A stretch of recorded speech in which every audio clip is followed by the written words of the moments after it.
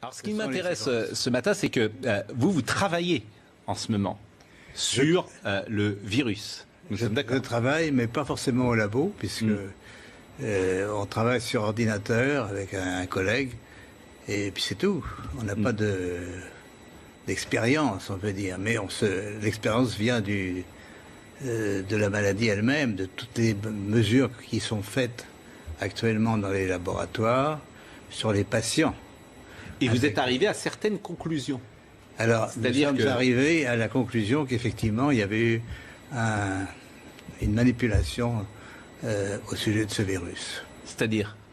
Eh bien, qu'une partie, je ne dis pas le total, n'est-ce pas, mais il y a un modèle qui est évidemment le virus classique, et là, c'était un modèle surtout venant de la chauve-souris, mais à ce modèle, on a par-dessus ajouté des séquences, notamment du VIH, le virus du sida. Mais quand vous dites « on a ajouté », qui a ajouté? Moi, je ne sais pas. Mais c'est pas naturel, c'est ce que vous voulez dire? Non, ce n'est pas naturel. C'était un travail de professionnel, un travail de biologiste moléculaire. C'est un travail très minutieux, on peut dire d'horloger, on peut dire au niveau des séquences. Mais dans quel but? Dans quel but, ça, ce n'est pas clair.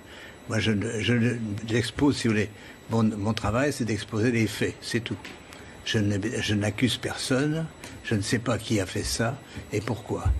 La possibilité, c'est peut-être que ils ont voulu faire, on ne sait pas, on a voulu faire un vaccin contre le sida.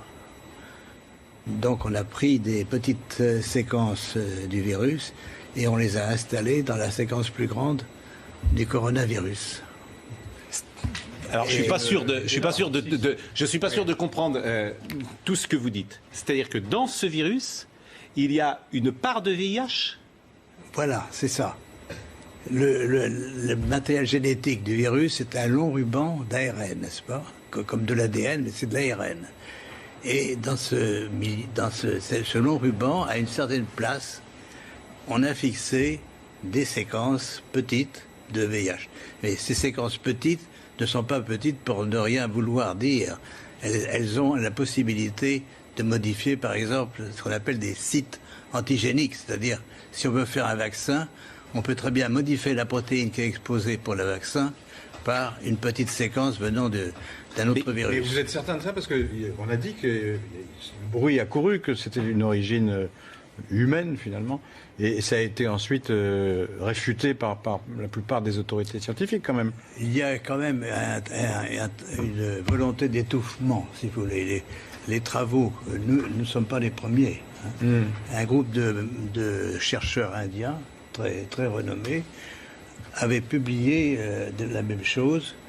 On les a forcés à rétracter. Et on les a forcés comment? C'est-à-dire, c'est annulé. Il y a, si vous regardez leur publication, vous avez une grande bande annulée parce que... Mais ce que vous dites là, la plupart des scientifiques disent le contraire, quand même. De moins en moins.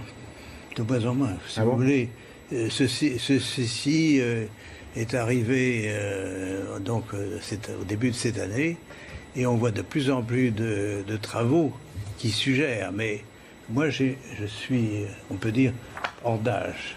Je suis prix Nobel et je peux travailler librement. J'ai donc aucune pression sur moi qui peut agir.